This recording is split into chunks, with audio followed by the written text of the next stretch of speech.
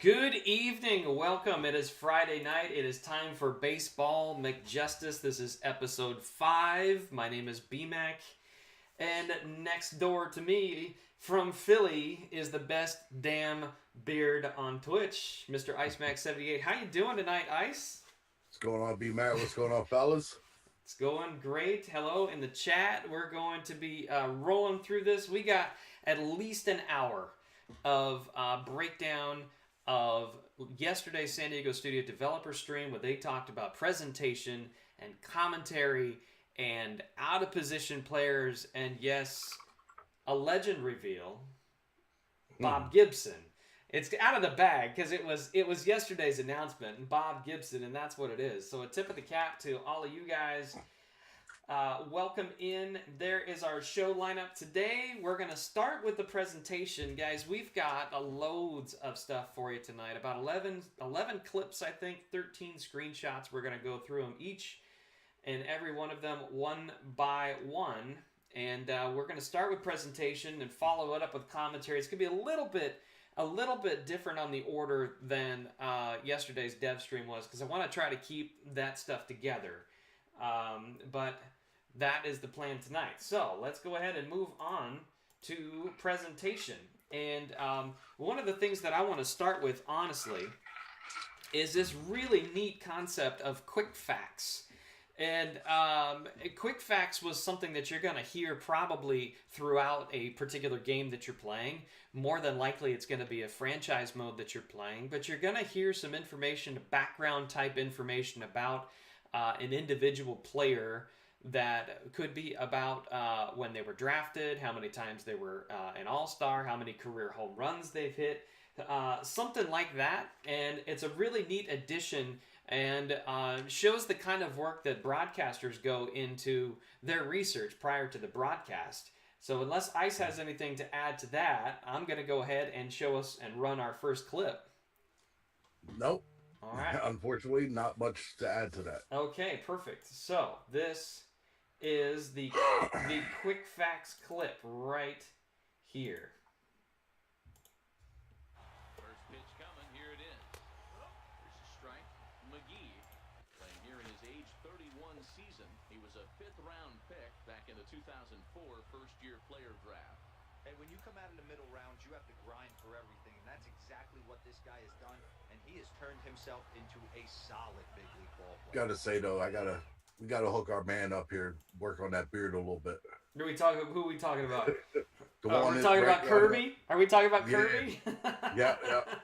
The little hat beard. I gotcha. So Jake McGee, they're talking about Jake McGee, the left-handed reliever for the Colorado Rockies. And they talked about where he was drafted. It gives a quick little update on a player. Where they're at in the all-star race, they could be talking about how many career home runs they've hit and really wanted to talk about the relevant things as they come up. If your guy is chasing a milestone, 100 home runs, 500 home runs, 50 home runs in a season, that is when you're probably going to catch a piece of that. And like I said, it's probably going to be something you're going to hear more than likely in franchise mode, but a neat touch to a broadcast because it pulls some statistics and you know in the background that they're always counting those statistics too. Yep. All right, on to the next one. Real-time replay system.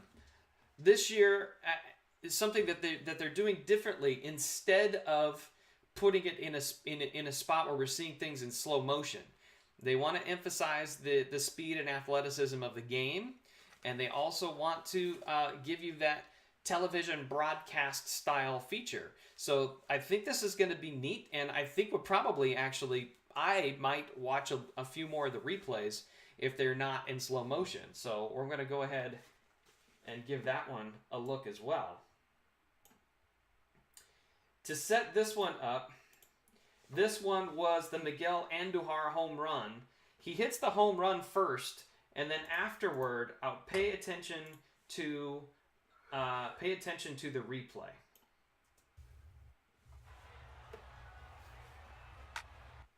There's a swing and a high drive into left center field. Profar looking up, and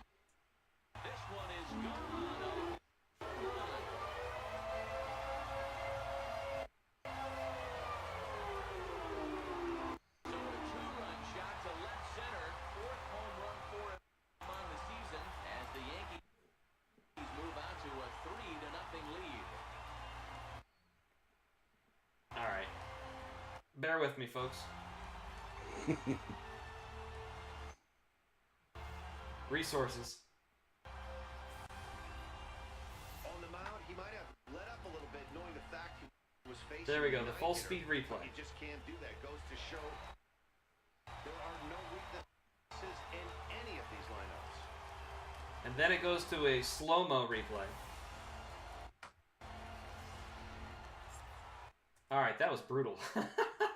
I hope we don't have too many examples like that. Otherwise, we're going to be in for a longer night. Maybe they've got too many things wrapped up in my OBS at the moment. I hope not. No, I blame it on SDS. Hopefully, I don't have too many issues with that. What are your thoughts on the replay system? Is this a good move, bad move, indifferent move? I mean, I like the idea of it. I like how they brought more to it instead of just the normal basic replays. I don't know if it's going to change much as far as, DD, Diamond Dynasty. A lot of people probably still going to skip right through it, but it's definitely going to be something nice to see in Road to the Show and franchise. But, you never know. I would also say that this is probably in the broadcast settings portion of the video game too. You have different styles. A broadcast style, you're going to get more replays and cutscenes and things like that. So when you play the CPU in Diamond Dynasty, you're probably going to see a lot of this. You're probably going to want to skip through it because generally when you're playing the CPU, you're grinding out stats and doing things like that. But if you have an opportunity to play some Road to the Show, if you play some franchise, you're probably going to see some of these things. And I think this full speed replay, like I said before, it might give me an opportunity to watch something. Another thing that they talked about after that clip was the fact that the camera angles that followed the player rounding the bases on a home run are different. You're not going to see the same camera angles every single time somebody hits a home run. And they wanted to add a little bit more life into that presentation. It doesn't matter what the player's doing. You're just going to be seeing him at different angles as he kind of goes and circles the bases. So, again, variety. And the more times you can have variety, the fewer times you see the same thing over and over. Although, if you play the game as much as the two of us, you're probably going to end up seeing it over and over again anyway. So, let's go ahead and move on to stadium atmosphere. And I think here we're going to be dealing more with, I think more often than not here we're going to be dealing with screenshots than, although I do still have some clips to show. All right, so what I wanted to show in these particular images, these are the images that they have kind of cultivated throughout the stadiums of Major League Baseball. They're there to start a game. They are there between innings, and also they can pop up in different times between pitches. This one happens to be kind of a wall area in Arizona. This one here features the statue and the flags outside of Camden Yards in Baltimore. And these moved too. I just didn't get a picture of them. These were like the animated images that you'll see between innings. They also had different shots like this one, the different angle. This is a blimp camera above the light standards here at Progressive Field in Cleveland, which is neat. It's one of the flyover shots that they've had. They're also going to have some drone shots. Yeah, definitely a nice shot there. Yeah, feel free, Ice, if you got something to chime in on. No, I'm just curious to see what other stadiums, what other additions they have besides these. You have Philadelphia with Ashburn Alley. Stuff like that. It's just I'm curious to see if they were able to get all of the parks areas into the show this year. And what they did say is that they've got double or more than double the number of cameras for each stadium for these sorts of shots. So you're going to see all kinds of new angles when you load into the game, and then between inning shots too. So that's I think that's neat. Anytime you can have a camera and you can feature different little features within the ballpark. First of all, they got to build those, right? And they've spent a lot of graphic time over the years building those different pieces in those ballparks. So I think that is a neat thing. And whenever you can look at your home ballpark and a place that you've been before, a place that you like in your home ballpark, and you can look at it in replica in the video game, and you can say, wow, that's really cool. They did that really, really well. I think that's a bonus. Yeah, absolutely. A few more here. This was a shot between innings, behind the glass, behind home plate at Progressive Field in Cleveland. And that shot rotated through, and not through the glass, but across the glass, and you could actually see the umpire and the catcher and the hitter as well as the pitcher from that particular angle when it rotated across. So it's going to be one of those between innings back to baseball sort of shots. Again, you probably are not going to see this in Diamond Dynasty, but it is something in other places that you're going to see it. Yeah, that was definitely one of the cooler shots that they showed. Exactly. One of the more artistic for sure. Here's another flyover shot. This is of the flags above the scoreboard at Coors Field in Colorado. Again, that was a between inning shot. You could see they're headed to the middle of so they're going to the bottom of the second inning in this particular shot, and it was one of those drone or blimp shots from up above that rotated from right to left. So you're kind of looking at the backside of those flags, and you could also see them waving and have the different shadows, not only in the stadium where some of the seats are in sunlight and some of them aren't, but you can see the wrinkles and some of the shadows in the flags too. Neat detail. Yeah, absolutely. Okay, and then there was one more that I wanted to show in this vein here, and it's the one, a blimp shot from the CN Tower. We're flying above the CN Tower and over the open Rogers Center in Toronto. One of those neat shots. I think in the trailer video that was released, they showed a shot from down below. They showed Marcus Stroman walking off the mound, and they showed a shot from down below that looked up into the sky with him kind of in the foreground. And this one is almost the exact opposite, where it's the blimp shot that comes across the top. Yeah, just the detail.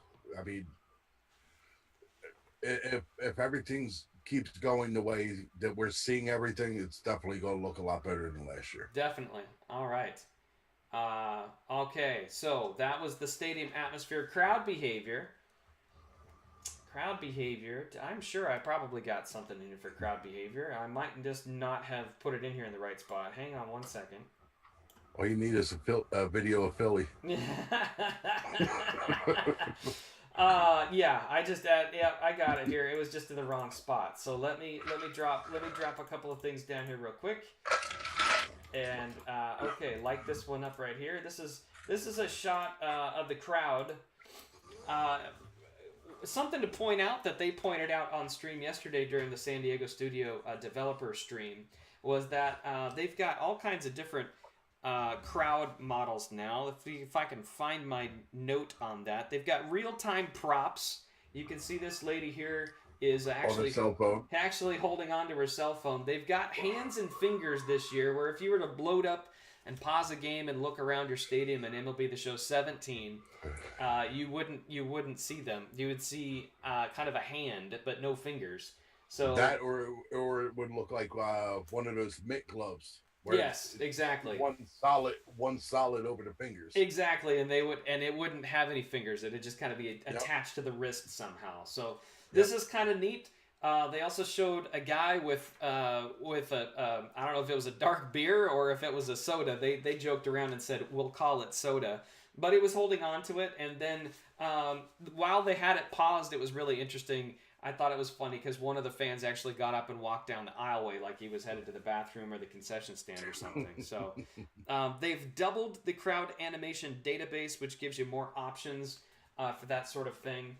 And then beyond just the crowd and the people who are in it, and of course the feature of judges' chambers and King's Court and things that are unique to individual ballparks, the reactions now that the crowd is going to have are going to be really unique. This is actually a screenshot that didn't work all that well, frankly, because I should have done a clip of this. This was a shot when they were doing gameplay, and they were trying to recreate like a fly ball situation, and really they were trying to differentiate between a fly ball, say in the third inning, or a game-winning late game situation, and how the crowd is going to react. It's different if it's in the earlier middle stages of the game than it is in the late stages of the game.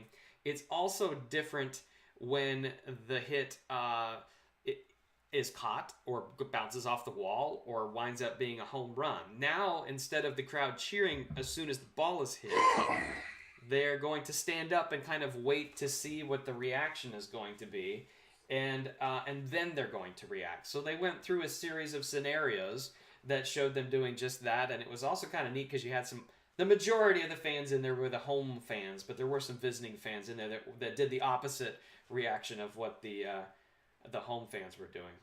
Thoughts on the crowd and atmosphere and things like that? No, just from what I've seen, everything looks pretty nice. Again, we'll see how it works out, once everything starts up. There's going to be a new theme to use this year. Not just the music, we'll get to that in a second, but theme meaning the way the on-screen display looks, like the MLB Network theme. MLB Network theme is going to be back. They've updated the art with the MLB Network theme to what MLB Network currently uses, but they're going to add their own theme, which is going to have its own theme music and things like that too. So I think, and as a matter of fact, I think we can go ahead and get to that neat little theme music in 1 second. I'm going to delete some of this stuff in here just in case I can free up some space and keep this going. Computer issues? Well, it was a little bit slow, that's all. New intro music, here we go. So hopefully this works.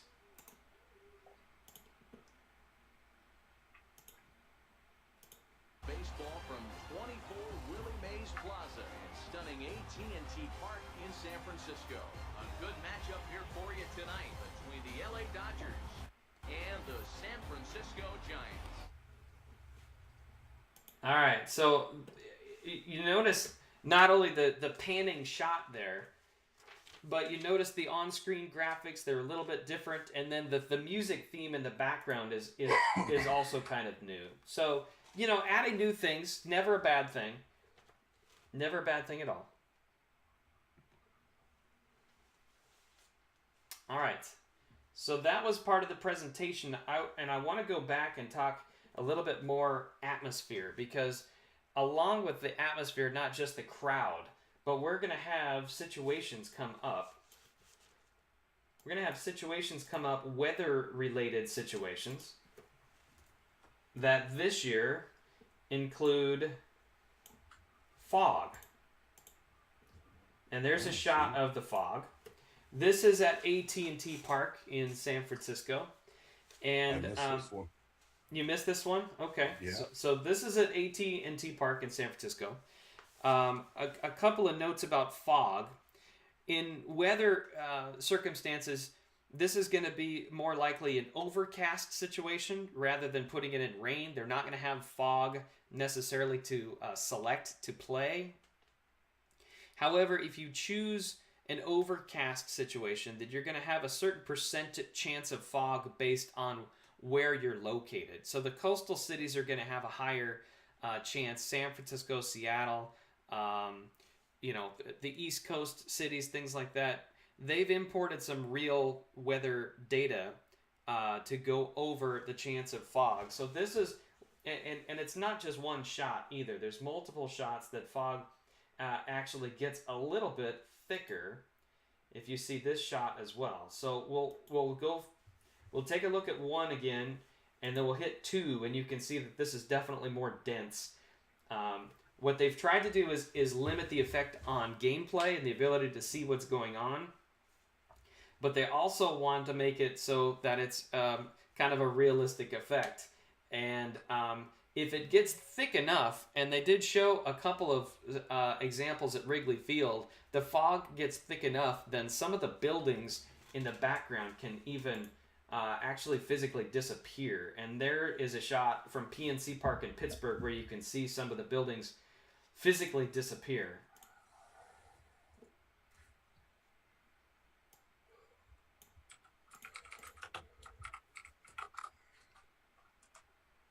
All right. So there we go with the theme music. We hit the stadium atmosphere, the crowd behavior, and I think we're through with the presentation piece. So why don't we head on over to commentary? And the first thing that I want to touch on with the commentary is the fact that we're going to have a new color commentator. I'm not breaking this news here, obviously. I think we've known this since about Monday, the GameStop Monday video that came out. Mark DeRosa, former Major Leaguer himself and a Major League Baseball Network, MLB Network analyst, is going to be the new color man in the booth. He's going to replace Harold Reynolds, who I actually enjoyed. I'm a Mariners fan. Harold Reynolds being a former Mariner, I liked his personality, but they talked about the schedule's not quite lining up, and that it was a decision that was mutually made between the two of them, that they loved Harold's work, but that they worked on to bring on somebody else this year, and that person is Mark DeRosa. So if you guys were in the chat yesterday, there was very clearly a reaction of DeRo in reference to Mark DeRosa. I don't know, honestly, if we're going to hear that throughout the game. I don't think it's going to be a DeRo situation. But when I play some of these clips, and hopefully they don't load too badly, when I play some of the clips, you are going to hear the DeRos because that's part of it. So Dan Plesac and Mark DeRosa, they got together in a booth many times to go over lines, to go over different things. And they really wanted to focus on the atmosphere and the conversational style between them. And I've got a couple of clips, hopefully that'll play right, that will highlight Mark DeRosa and Dan Plesac working together.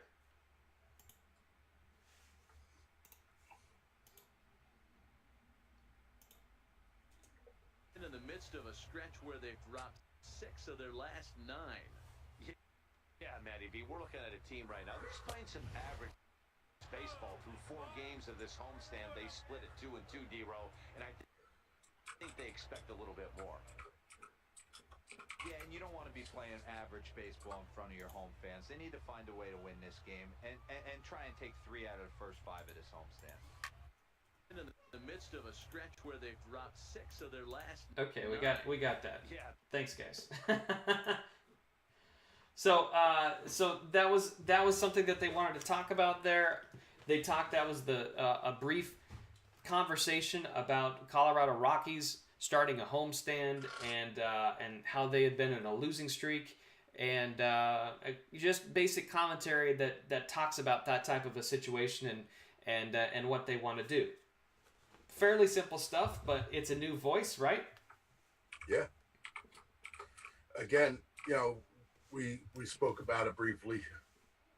I hate seeing HR gone, but it could be a nice fresh face to the game.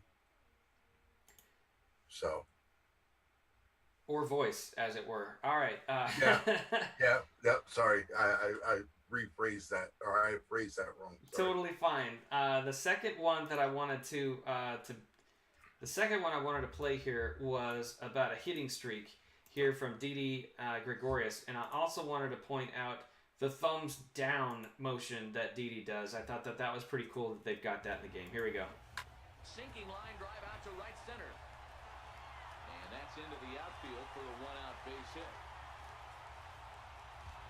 Hey, there's another base knock right there. A hitting streak now to 8 games. Yeah, no doubt about it. 8 games. Now, man, we're starting to think about it a little bit. You get past that week, you just know you're locked in. They start talking. That's pretty cool. I haven't seen that yet. Yeah, got a nice little hitting streak going. He says, yeah, he got a nice little hitting streak going.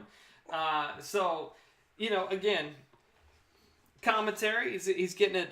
Not only is it kind of a quick fact, although it's not a historical fact about him, but it's a fact that carries through. Again, it's got to be franchise mode. You're not going to get that in Diamond Dynasty.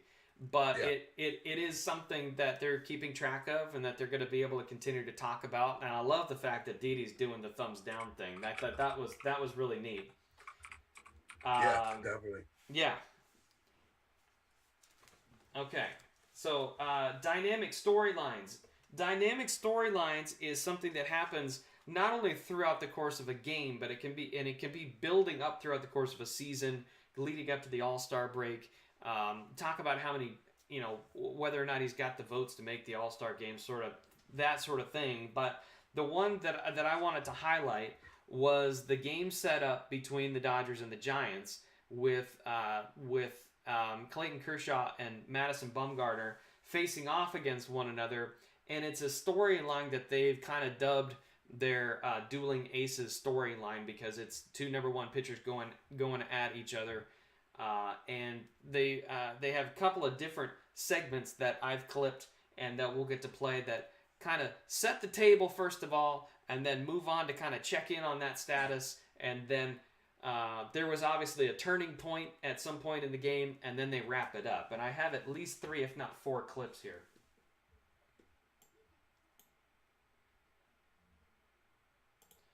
This is a dynamic loading screen before we even get to those clips. It's a screenshot of the Dueling Aces. It shows their numbers in relation to where they are in that particular season. And then it went into, it loaded up the game. And they talked about how they were going to keep an eye on these guys throughout the game. Here we go. A beautiful summer night in Southern California. From Dodger Stadium, tonight the second of 3 to start the week between the San Francisco Giants and the Los Angeles Dodgers. We've got an excellent matchup on our hands in this one. 2 of the league's craftiest starters go head-to-head next.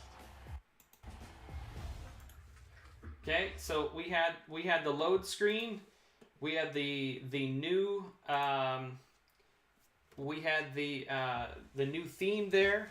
We had the split screen of the two of them there, and that showed their the statistics and pretty decent stuff. I mean, I like to hear the new theme first of all, because I've been playing the same game for 2 years, pretty much solid, and while I like it, I like to hear something different every once in a while.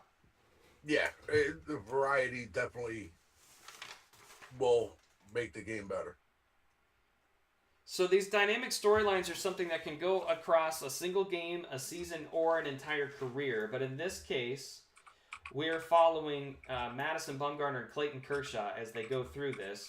And this one in particular highlights their pitching styles and how they are how they're kind of the same, and yet they're different at the same time. Here we go.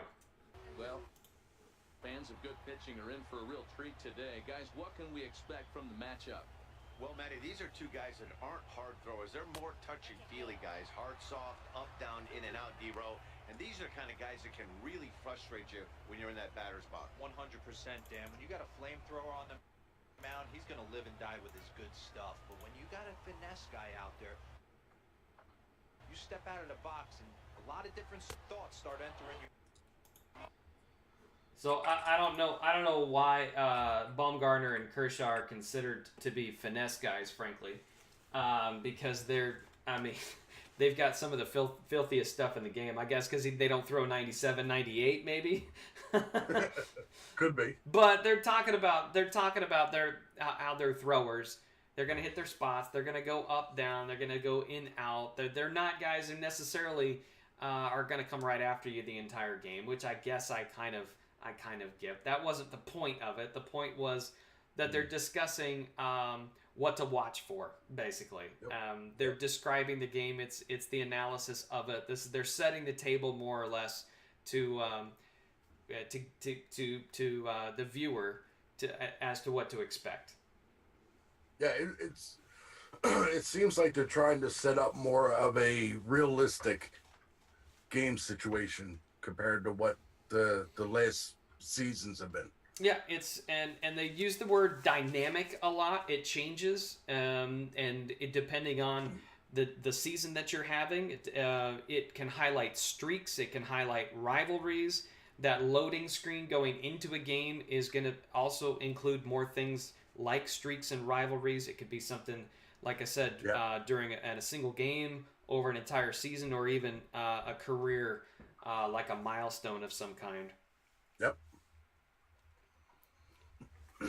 My notes are a little bit over the place because I went I went a little bit out of order from the way they did it on the stream, so I apologize for that.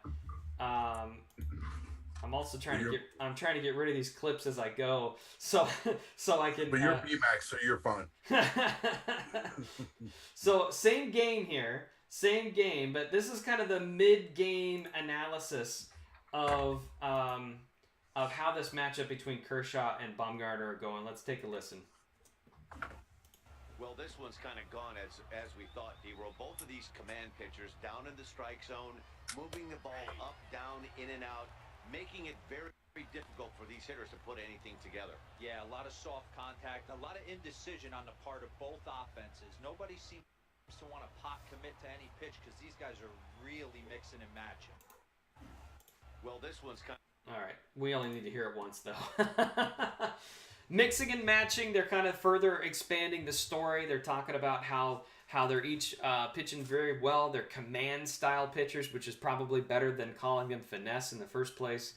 But, updating. You set the table, and then the main course is there, and you got to have a little bit. There's going to be some sort of a rub somewhere in there where the mold is broken and the storyline unfolds. But at that point, throughout maybe the fifth inning or so of that game, it hasn't happened yet.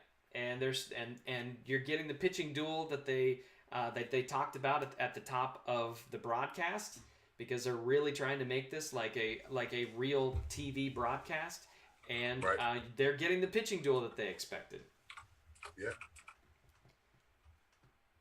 So let's head back and check in on that. Let's go ahead and get rid of that one. And then we get to the story wrap-up line is what we're going to do. There might have been a third one in here. But this is the story wrap-up. It kind of details the breaking point. Apparently, right after that other one hit, Baumgartner was roughed up a little bit, and now this is the top of the ninth inning. The game's pretty much over. It's a 5-run advantage for the Dodgers, and they're wrapping up the story that they set up and then expanded on in the middle innings. Here we go. Needed a good performance from their ace today, but unfortunately for them, they didn't get it. Yeah, DeRo, this is one of those where it was almost over before it started. This is what happens when you're a controlled type pitcher. If you're not around the corners and around the knees, you start getting balls up in the strike zone, and that's what he paid the price today. Yeah, huge confidence boost for this offense, though.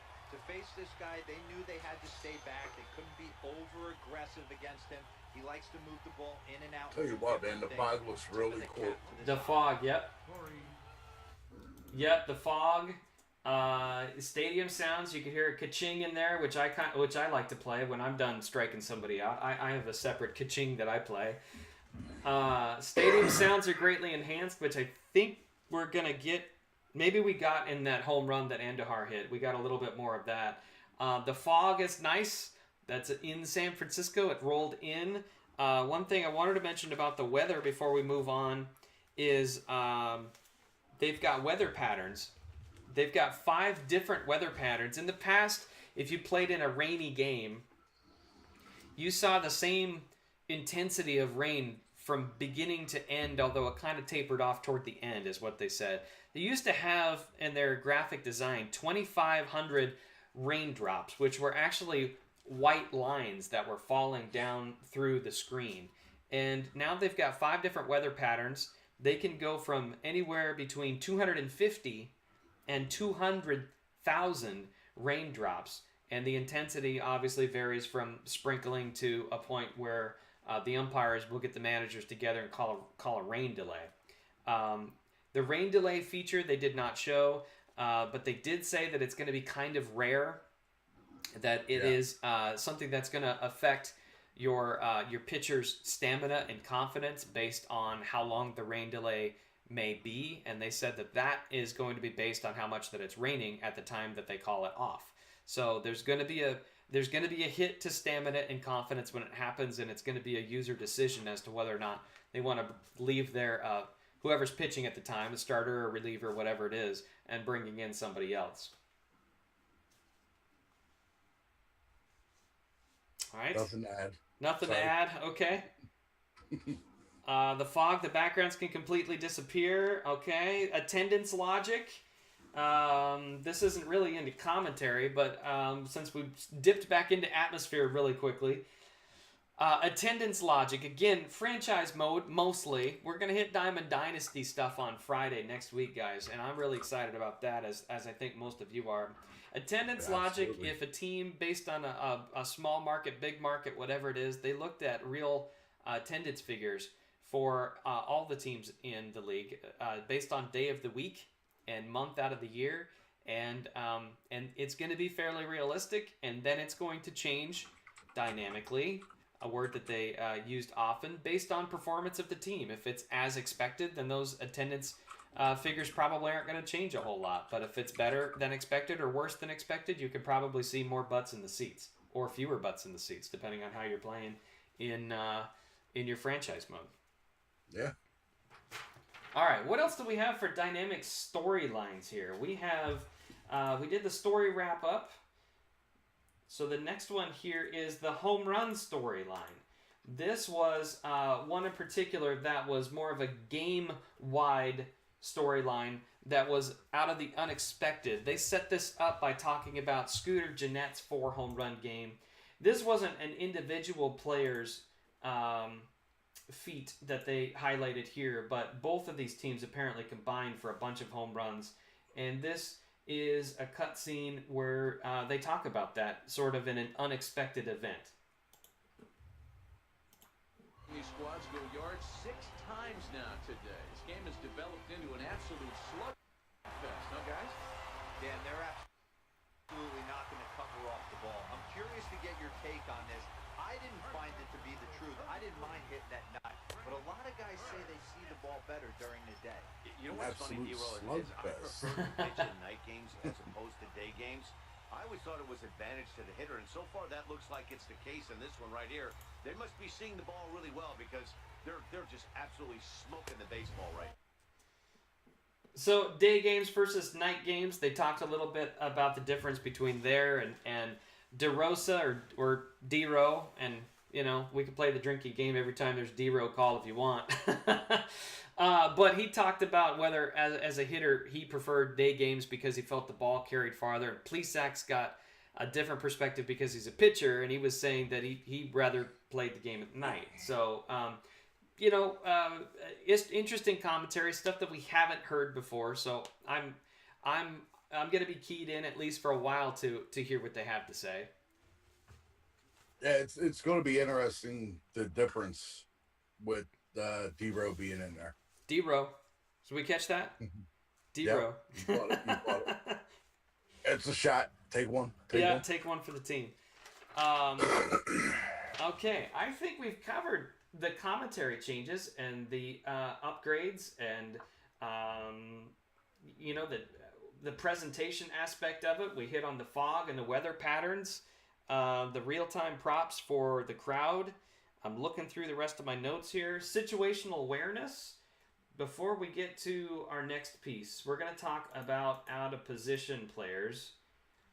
We're going to talk about out-of-position players for a minute. But before we get there, I wanted to bring up this situational awareness concept. And I don't think I have a screenshot or a video to play for this one. But they showed several situations where players showed more emotion. We've seen that in the trailer with Trey Turner's home run and the fist pump. We've seen pitchers kind of pump both fists when they get a big strikeout to end the inning. they've just added to that, and we've talked about that over the past couple of weeks, which is why I didn't necessarily bring something out to highlight it. But they showed some video clips of John Gray of the Colorado Rockies, for example, pitching to, I believe it was Yasmani Grandal. It was late in the game, 8th inning, 9th inning, and he threw a cutter at the top of the zone, and that variable umpire that we all love to hate called it a ball. And John Gray caught the ball back from the catcher. Yasmani Grandal the Rockies catcher did kind of one of these where it was like, okay, it's okay, buddy. Gray didn't look very happy. They worn head rigs, which is what they wanted to talk about, that gives more facial expression, that makes them smile, that makes them frown, that makes them look like they're pissed at themselves, that looks like they're pissed at somebody else. And managers, this was the clip where the manager for the Rockies was upset. They showed a quick cut scene after that certain pitch. That cutter was called a ball when it was at the top of the strike zone, and the manager's throwing his hands out there, and he's obviously saying, what the hell is the matter with you? We got to have that pitch, this sort of thing. Yes, the international sign for distress, right? It's kind of neat to see that level of emotion, at least from my perspective, because baseball's an emotional game, and we're emotional when we play it. So yeah, I mean, short of the batters charging the mound, which they will never do. No, they won't, because MLB will not allow it. It's nice to see that, because it's more of the realism towards baseball. Even last year, it was kind of a generic look. A bad call when you're playing Road to the Show or playing the computer, whatever. It's a generic look that you get from a pitcher on a bad call, or anything like that. Now it's supposed to be a lot more realistic. You're supposed to be getting a lot more of a reaction from certain players. Yeah, and it's personality based and it's player based. And they showed Yasiel Puig getting rung up on a called third strike, and he threw his bat to the side, and he turned around and he screamed and yelled at the umpire, and he threw his hands around, and he was clearly upset with it. I don't think, and they didn't address it, so I would expect that the players would not be ejected. But you are seeing a little bit more of that type of emotion, and they were quick to point out that players like Puig, who wear their emotions more out of their sleeve, are going to be guys who emote like that a little bit more than a guy like Clayton Kershaw, for example. They did show a situation where he was excited, and it was a strikeout with a couple guys on base in a close game in a late game situation, and he pumped his fist a little bit. You're going to see more of that. You're going to see a big leadoff double in a tie game or one-run game late. You're going to see a guy celebrate at second base. And I think that's going to be part of the emotion of the game. They're going to be feeling some of the emotion that you play when you're playing the game too. Yeah, and just NB and Ian in the chat, I see you guys talking about charging the mound and everything. The one thing is MLB alone will not give MLB The Show the rights to do that. They've already flat out said that they're not going to give them the okay to have players charging the mound after a hits batter or a bad pitch or something like that. So we will never see that in MLB The Show. Yeah, and I think umpires when they managers, when they yell at the umpires, I'm pretty sure that they're going to be doing it from the confines of the dugout too. I don't think they're going to be getting up and in their faces or anything like that. Yeah. That's the last image that they want to promote, but they're getting to a point where they're okay with more emotion, both positive and negative emotion being shown. And I don't know if maybe they need to get the permission of certain players like a Puig to be okay with them yelling at an umpire, or if it's just something that they do based on a personality trait that maybe we haven't seen yet. They revealed quirks about this time of the year last year, and maybe there's a personality trait in there that says that they're an emotional player and show emotion at a high rate. I don't know. And it goes back to also, are the managers also under the same guidelines as the players? Could be a personality issue with the manager. You're right. Absolutely. All right, so let's hit this out of position because we got about 10 or 15 minutes left. And we want to talk about the legend. And we also want to go around the horn. So we got about 3 segments left. This is what is going to happen, guys. If you have a guy like a Ted Williams at first base, they did this and showed this intentionally to, let's just let Ramon Russell from San Diego Studios tell the story here. Pretty much going to drop like 98% of the catches. He's not going to be able to field the ball. So, or damn it. We're just going to pull him And he off can't the bat. Thanks, play Ramon. those like animations that So would what normally we're get those doing tags. is if you're Oh, come on. playing an outfielder at Oh, first base, we are forcing him into stretch catches, and we are forcing. Okay, we got the point. yeah, we got the point. We got the point. Sorry about that. It was working fine until I had all my other resources working. What they're showing there is Ted Williams playing first base. This is the 99 overall Ted Williams. This is the same card that we have in the game right now that you get for collecting all of the American League and National League players. It's the 99 overall left field Ted Williams that a lot of people who have the card want to store on the bench to bring in as a pinch hitter because his hitting stats are ridiculously good. But if somebody wants to stick him in the lineup and get more than one at-bat with him, they don't want to put him in left field because his fielding statistics aren't very good. So where do they stash them? First base. And Ted Williams is not the only guy that people play at first base in the Diamond Dynasty mode. I've seen Carlos Beltran there. I've seen Bryce Harper there. Either the live series Bryce Harper or the 99 hardware Bryce Harper I've seen play first base. And some of them do it for reasons of power. Some of them do it for reasons of speed because you're not really going to find a whole lot of first basemen out there who are going to have wheels. This is what's going to happen, and I don't know if it's going to be as nerfed as it appears it's going to be, at least this. Ramon I hope it is. I hope it is too. I'm more of a baseball purist. I think if anybody who follows me or my channel or the way that I play the game, if he doesn't have a secondary position at first base, He shouldn't be at first base. he shouldn't be a first baseman. He shouldn't be a first baseman. Most middle infielders can play both second base and shortstop. Most corner infielders can play third and first. Most outfielders are fairly comfortable playing all 3 outfield spots, but corner outfielders aren't necessarily center fielders. Center fielders are you guys who are more athletic and probably can play all 3 outfield positions. They're center fielders because they've got the speed and athleticism to play center field. The corner outfielders are there because they've got an arm and a huge bat. That doesn't mean that they should be able to stick a corner outfielder at first base. And now they're going to force them into stretch animations where the ball is going to bounce off the glove and they're going to drop it. Or they're going to pull them off the base and not allow them the animation to sweep a tag through.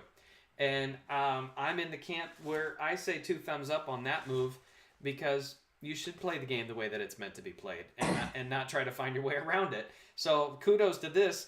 They did this in 3 days. I don't know. They'll probably go back and tune it a little bit. If there's a perfect throw, Ramon did say that, he's got a chance to catch the ball, but there is going to be a dice roll there. That was word for word what he said on whether he catches even the perfect throw or not. So if you are a player who generally likes to use or feels like you can use players out of position who don't have a secondary at wherever you're putting them because you want them in the lineup for one reason or another, you might want to rethink that strategy a little bit when the new game drops here in about 4 weeks. Yeah, I mean, if I could, I'd give 2 thumbs and 2 big toes. But I can't lift my feet up high enough to get it in the camera. But no, it's the whole fact that even now playing DD, you got guys that shouldn't even be nowhere near first base, and they're playing first base and they're getting away with it. It's true. It just needs it's bringing more of a realistic point to the game.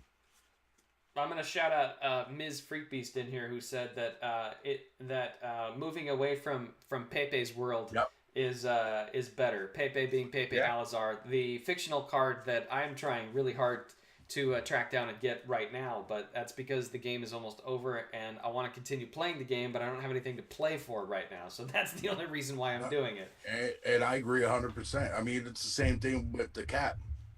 Creative player, yes. Uh-huh.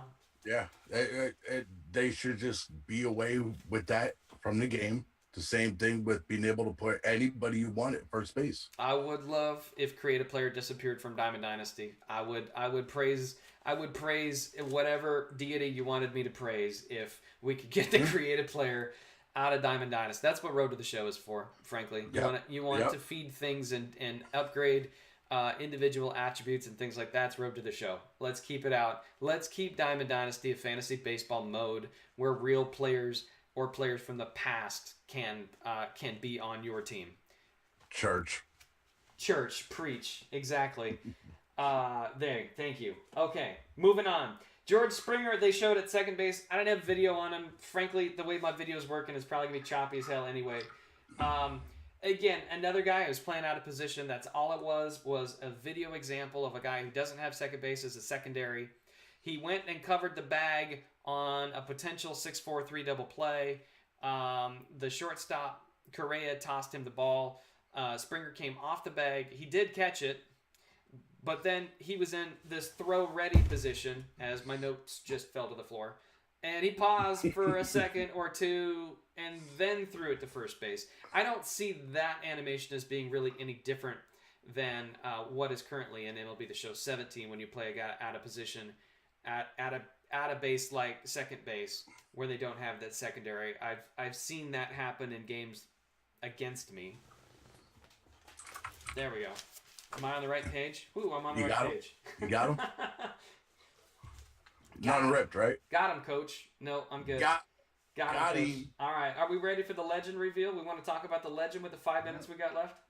Let's go. Let's go. How about Mr. Bob Gibson? How about that? That's crazy. My screenshot disappeared. Let me add it real quick. Yeah, we don't need it. Yeah, we do. You talk about Bob Gibson while I go find him. Hell of a pitcher. One of the best has ever played in the game. Long-time St. Louis Cardinal. 17 years. Yeah, many All-Stars. Ooh, there he is. Hell of a fastball. All right, there he is. We found him. There's Bob Gibson. Thank you. Yes, you're welcome. There he is. I was starting to fall off there a little bit. It was quick. There we go. There's some stats on Bob Gibson. 2-time Cy Young winner, 1968-1970. He was a two-time World Series MVP.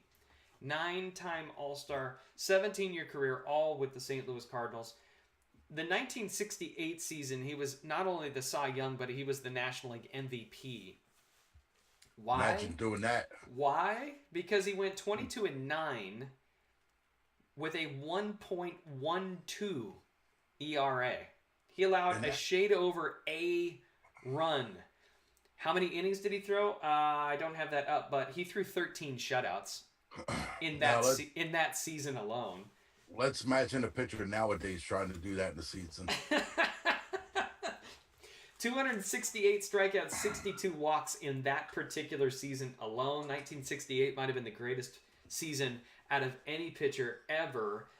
In his career, 251, 174, with over 3,100 strikeouts in his career. Now, what are we going to see in MLB The Show with Bob Gibson? Because we've got guys who throw really hard and have a breaking ball, and guys like Bob Feller come to mind, and he's not all that effective. So I want to see Bob Gibson with the hard fastball, with at least one breaking ball, if not a curveball and a slider, and he's got to have a changeup. Well, I mean, this Bob Gibson is going to be somebody, especially by looking at the stats you have up here. He's going to be more of the probably the hardware card. Probably be his highest card. Maybe if they've got the 1968 card, there's no way he's not a 99. And Ms. Freepiece, thank you for the 304 innings pitched in that one season. Wow. 200 is the mark that we look at now and say that he's durable. Yeah, that's insane. And I mean, he's going to be obviously more break than speed. Yeah, he had a nice fastball. Hard fastball. That slider was nasty too. Yes, it was. That was his strikeout pitch. Yes, it was. And it's going to be interesting to see what they do with him as far as being in the game. Yeah, his breakout, his all-star, his hardware, all that stuff. Even postseason. Yeah, and he had nine seasons where he was an all-star. So pick your poison on that one. My concern is that he turns into Bob Feller, and I don't want to say that, but the '99 Bob Feller, the all-star Bob Feller we got in MLB The Show 17, you could use against a CPU just fine, and you could use at a lower level on Diamond Dynasty. But if you were to play somebody online who was fairly highly skilled and not only could adjust fastball, curveball, but could hit the 101 mile an hour fastball without a problem.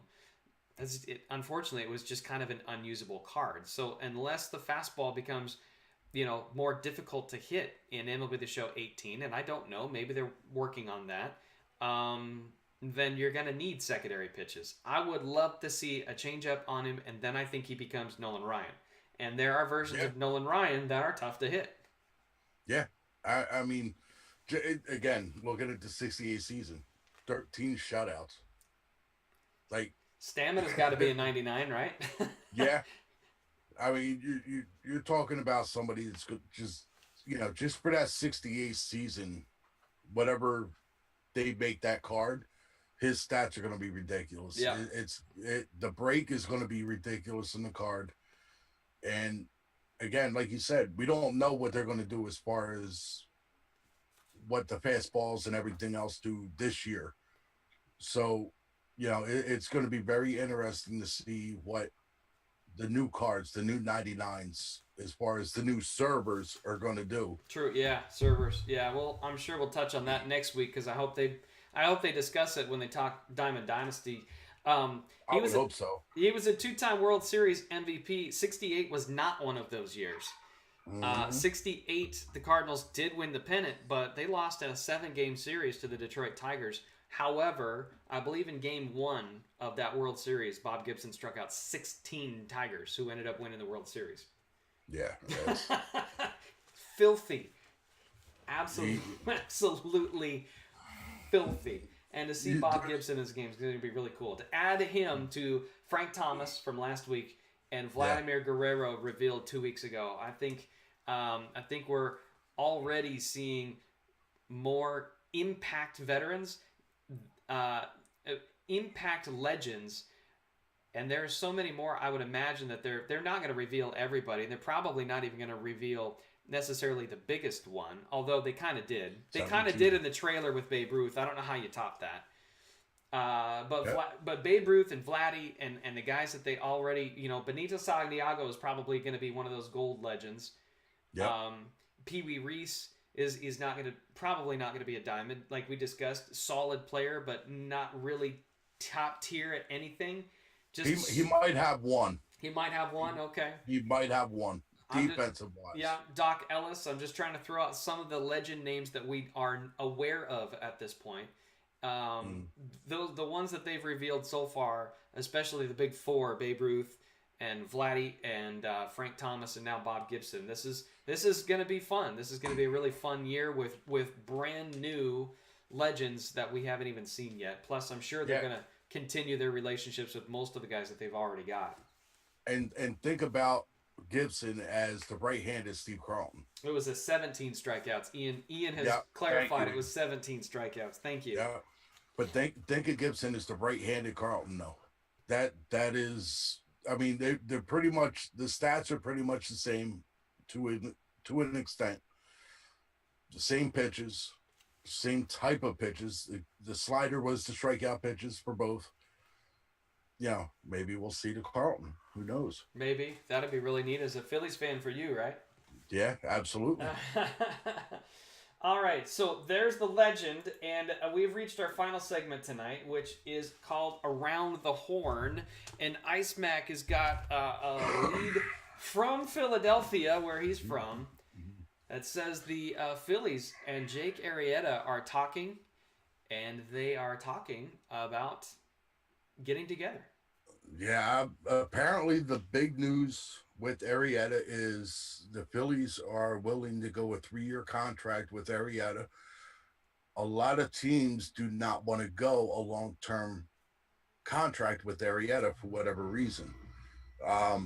But from what everybody's talking about out here, and I've actually gotten it through other sources besides just being in Philadelphia, there's a very high likely possibility that Arrieta could be a Philly coming up in the next week. That'd be really neat for Phillies. Really Yeah. neat for the Phillies. I mean, if you add Arrieta to a lineup with Nola, Velasquez, or is it Velasquez or Vasquez? I hate saying it that way because I'm a Phillies fan and I can't even remember the guy's name. This is Vince Velasquez, yeah. Yes, Velasquez. If you add those three together, it's a very nice top three. Still got Clay Buckles out there too, don't you? Yeah. Sorry, I just had to. Buckles can get thrown in front of a SEPTA bus for all I care. Wow. But you know, just those three guys. I mean, that's a very nice building block for a starting rotation for a team. We have a lot of other players. We got Nick Williams, Herrera still, Rhys Hoskins. We picked up Carlos Santana. You know, the team itself is looking very nice with Crawford, and they said Cesar Hernandez came in almost 30 pounds plus of bulk. Okay. Not even just, he bulked up. So you think he's Willie Mays Hayes going deep now, or what? I don't know.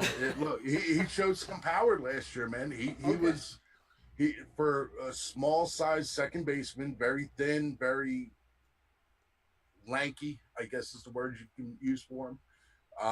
Coming in plus sized, you know, another 30 pounds for him is obviously plus sized. Who knows? We'll never see.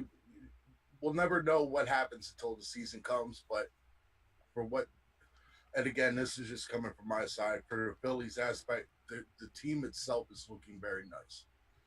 Awesome. So, okay. Well, anything that we missed? Chat, any questions before we wrap it up tonight? You guys got a couple of minutes to wrap it up. I wanted to say that next Friday we'll be back. We're going to be going over the Diamond Dynasty stuff that's going to be talked about that afternoon. I don't know if I'm going to have a chance to pull together the fancy PowerPoint screenshots that I've been able to pull together over the last couple of weeks. I will do my best. It might be a limited number. We can probably, if they do reveals, if they talk about ratings, whether or not they're final. They keep saying that ratings aren't final, but the Diamond Dynasty stream tips, MLB The Show tips, when he was on just last week, I think, referenced the DD stream and trying to have the initial ratings done by the time that came out. So we may have ratings to talk about who the highest rated players in the game are. I think we have a pretty good idea of who the top guys are, but who's gold, who's diamond, who's not. Trout. Yeah, exactly. Yeah, we'll see 99s. I'm sure Altuve will be there too.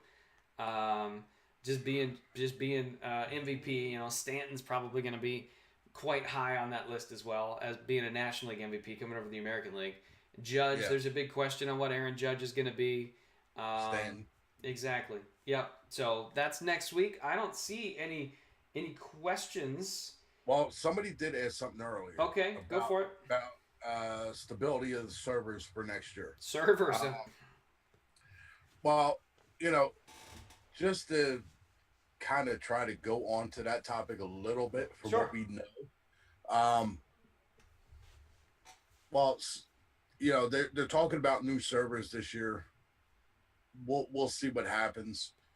You know, guys, you got to understand, even with new servers, nobody's going to 100% understand if they're going to work right or not until they get the full load. So, you know, early access to 23rd, they're not going to get the full load on the 23rd. So you're going to see a lot of us like me, BMac, a couple other guys. We'll be playing against other streamers, a couple other people that pre-order to have the game, you know, stuff like that. But we're not going to know until the 27th, I believe it is, right? That's the Tuesday, the 27th of March. 27th. Yes. So we're not going to know till the 27th if the servers are actually going to hold up. Now, obviously, you know, we're all hoping the servers hold up compared to last year. But we're not going to know until the 27th. I mean, nobody has an exact answer. There's no way to predetermine if the servers are going to hold up or not. So, Yeah, you know, I don't know if you have anything to add to that. And the only thing that I could add is that they told us back in December when they launched the closed alpha that they're working on new server technology, and I don't know if that means they've upgraded it or if they're working with some type of different way to handle it, because they've acknowledged that it's not been up to par. I think first of all that I got to tip my cap to them for them to come out and say, we're not happy with the way that it's worked. And it's been that way for 2 years. Minimum 2 years. Yeah. Minimum 2 years. And probably the third year, too. I didn't play a ton of Diamond Dynasty 3 years ago. I've done it for two solid years. I caught the tail end of last year, and it was just as bad. So, okay. Yeah. So, if games are going to go to the mysterious queue, they need to process properly, so we're not losing the time and effort that it takes to go into that. I think they understand that. I didn't get a chance to play the closed alpha, but that was one of the main points that they wanted. There were two big things that they wanted people's feedback on: servers, hitting. Those things that they are not happy with themselves, and that they are still working to this day to improve. Is it going to work day one? That's their hope. That's our hope. And I think the only thing that we can do is approach it in trying to keep an open mind on it, and realizing that they're trying something different. They tried a different hitting engine for 17, and that was what all the hype was about. Round ball, round bat. Remember? Ball physics. So, you know, things don't always work the way they're envisioned right away. But that was one of the reasons why they had the alpha, because they wanted the server overload. They wanted to be able to put information into it and help to fix that sort of a thing. So that was a good thing that they had the server overload that they did during the closed alpha, because they were able to work on things and patch it while the alpha was open. And the server did go down at least a couple of times, from what I understand, during the alpha. But that was intentional, so they could try to patch it to make it work better. And outside of that, I don't know how it worked. Again, because I didn't get to play it. But that's one of the things. That's one of the things that they're aware of. One of the top two priorities that they have: servers and hitting, that they're working very hard to fix. And you know, and just to add on to that, Miss Freak Beast, if nobody's noticed yet, between me and BMac, it's kind of like good cop, bad cop. You know, BMac is a lot more optimistic than I am. Open-minded. Okay, open-minded. I'm always expecting the worst as far as this game. I mean, I've been playing this game since it's come out, the original days, PS2 and everything. I was always road to the show. So I didn't have to deal with a lot of the stuff that you guys are dealing with, a lot of the stuff that I'm dealing with now, as far as the servers and stuff like that. So, you know, a lot of this is still new to me, but it's just as aggravating to me as it is to everybody else. You know, you know, they're talking about the new servers, the new technology and stuff like that. And I want to be, and BMac, I love you to death, baby. But I want to be on the same page as you, man. But I can't get on with it until the 27th. the day that it fully releases, and whatever million people were playing it, I can't agree until I see it actually work. You know, and that goes along with a lot of other things that are going on with the game, the graphics, the animations and stuff like that. Excuse my phone, but it's a lot of wait to be seen. It is, especially the way that the servers have treated us during opening weekend or opening month or opening 2 months the last couple of years. I don't know if I'd say that I'm optimistic about it, but I'm at least going to be open-minded. I'm going to go into it. I'm not going to trash it day one. If I have trouble connecting to a game, or if I lose connection, first of all, I don't want to be charged for a loss. I don't want, if a game goes to a queue, I want it to count eventually, because it's all statistics, especially if you're going for missions. I'm a mission guy. I love that stuff. That's one of the reasons why I continue to play the game this deep into the cycle. I don't want that stuff to be lost. So I don't know if I'm optimistic, but I'm at least open-minded and hopeful, and I'm listening to what they're telling us, and I would love to be able to buy in. But if it doesn't happen right away, I'm what I wanted to draw a parallel to was the new hitting engine that they inputted into 17, and how it was talked about and how great it was, and we found that there were flaws. So I know, when you do something that's brand new, when you do something the first time, you can test it, which they have this year with the community, which is a step in the right direction. Absolutely. Now can they turn that feedback into something that is usable and workable and permeable, and something that that they will be able to work with when it does get overloaded, because this game is becoming really, really popular. Over the last several years, it's taking off, and I think they've been overwhelmed with that popularity. And that's the thing too. Day one, I can understand the overwhelming influx of people getting onto the server, but once it passes a week, then there's an issue. 17 was inexcusable, in my opinion. They went whether they were trying to work on it or not, it went way too long. and we had to deal with it until almost June, July before they even tried to make attempts to fix it. And it was bad in 16 too, but it wasn't quite that bad. I want to say it was usable and playable by about the beginning to middle of May in 16, and it was damn near July. It was at least June, if not July, before it was stabilized for 17. And they acknowledged it, which they came on several times, and with very somber faces. They weren't joking around. They said, look, this didn't live up to our expectations. We're going to make it right. And they've got to have that, and they've got to have that work mentality from last year. And this game can't afford another shitty launch. No, it can't afford another launch that is subpar. Well, you don't have to say it. I'll say it. They can't afford another shitty ass launch. They can't because they're gonna lose this growth, that they're still gonna grow, but they're not gonna grow at the rate that they could grow if they launch it properly. Yeah, it doesn't matter how much we sit here and harp about it and everything else. Cowboy Greg in the chat says 16 servers being way worse than 17. No, 17 was worse than 16. Very much. The duration of it was. But 16 was. They solved 16 faster. But you couldn't even get into a game. Challenge failed was access token in 16 to 17. Challenge failed, you get challenge failed. But when you got into a game, you could play a game. Well, you just couldn't connect and play a game because you get challenge failed.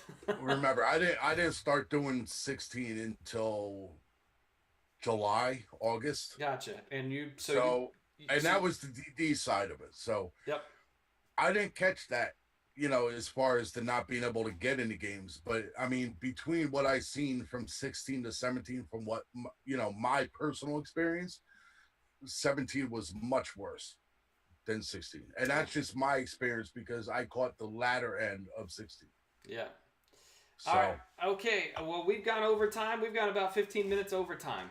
And we've both got our individual shows and channels to get onto. So I think unless you want to wrap up with something, Ice, we've kind of beat the servers to death over the last 10 minutes. And they're really and all it is speculation and hope, frankly.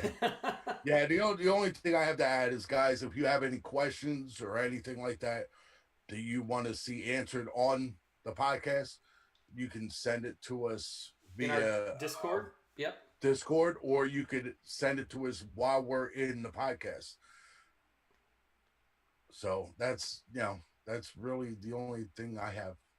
Okay, great. I'm pretty easy today. Okay, great. Well, thanks once again, guys, for being with us for Baseball MacJustice. This is episode 5. And I want to point out that Icemac's got his own individual Twitch channel. It is Icemac78. So go ahead, if you do not follow the Iceman, go ahead and give him a follow right now. Our Twitter handles are also the same. So you follow us on Twitter, Icemac78, BMac_Redbeard. Anything else?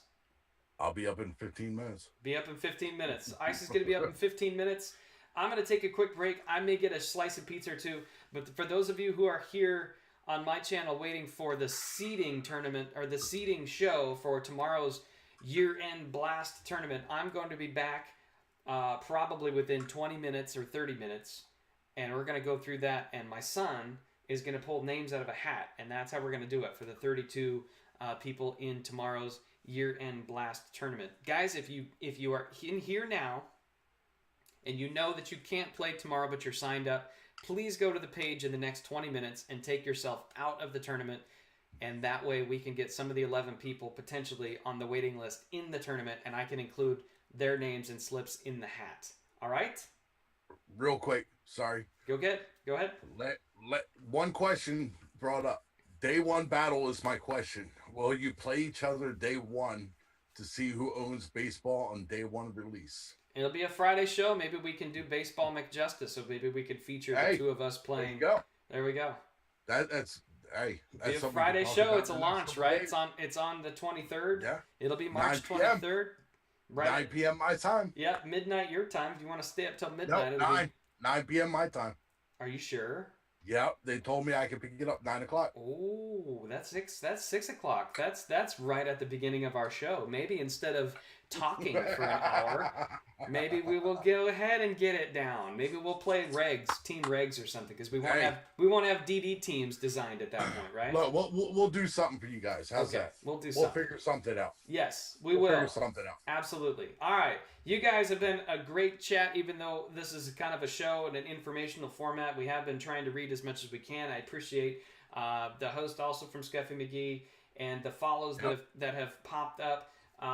The notifications are not turned on this particular screen, but we'll make sure and acknowledge all of you guys when I get back to my regular channel, and when Icemac, sorry, I pointed the wrong way, when he gets back to his individual channel here very, very shortly. So thank you guys very much. Next Friday night, we're going to be talking about the Diamond Dynasty updates, the new program paradigm, and all of the other things that go into our favorite mode. And for Icemac78, I'm BMac.